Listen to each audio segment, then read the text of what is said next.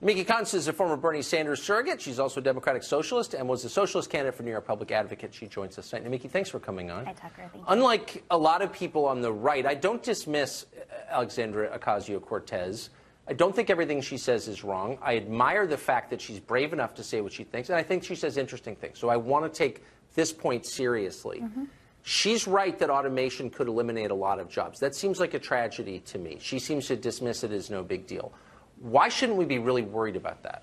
Well, I think I wouldn't say that she's dismissing it as no big deal. I mean, she said that it really comes down to economics. I mean, our system, and she's a Democratic Socialist, I'm a Democratic Socialist, and essentially that means that more democracy is brought to our government and to our economic models and our economic system.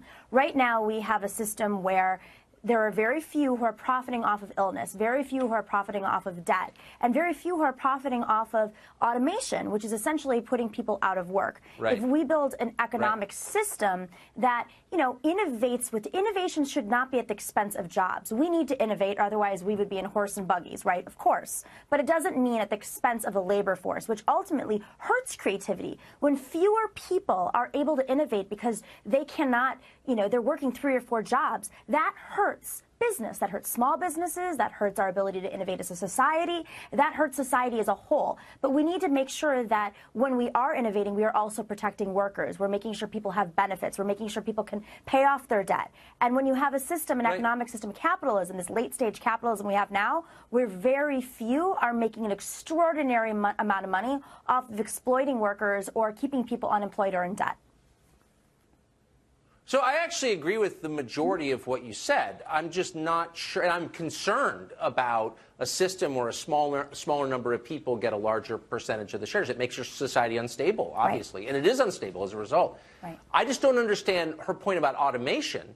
If all of a sudden, and McKinsey and lots of other forecasters predict that in 30 years, a huge percentage of our jobs will be gone, people will have nothing to do, you could get, and Andrew Yang makes his point, a revolution. So why shouldn't we be really worried about that? I don't understand. I think the revolution is happening right now. I mean, look at the rise of democratic socialism when the majority of young people who are burdened by debt, who can't find stable employment, or if they do, they have multiple jobs to pay their rent, or living at home with their kids or with their parents. I get it. That is a revolution. That is a political revolution. It's what Bernie Sanders built, and it's what Alexandria Ocasio-Cortez... It is. Wait, but hold on. Okay, I get it completely. I think you're absolutely right. There's a lot more economic insecurity among young people than we acknowledge, and that's why they're all socialists. I totally agree. I've been saying that for 2 years. I just think we need an answer to that, and the answer is not we're just going to pay you $1,000 a month to cool out and smoke weed.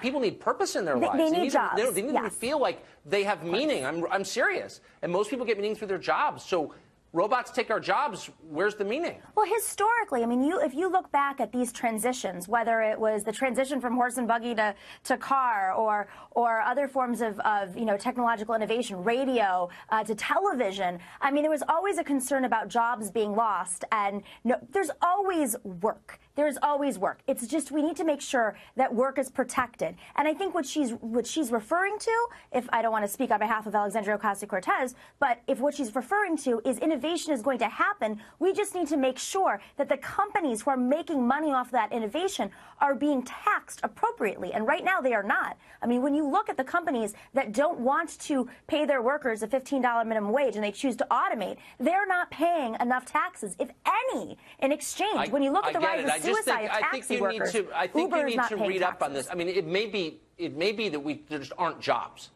And No, that that would be very bad. I think that, listen, there are always going to be jobs. We have to essentially innovate with new job creation. There are going to be architects, there are going to be scientists, there are going to be lawyers. And the more educated society gets, now, of course, millennials are a very overeducated generation, but they don't have the jobs to match their education.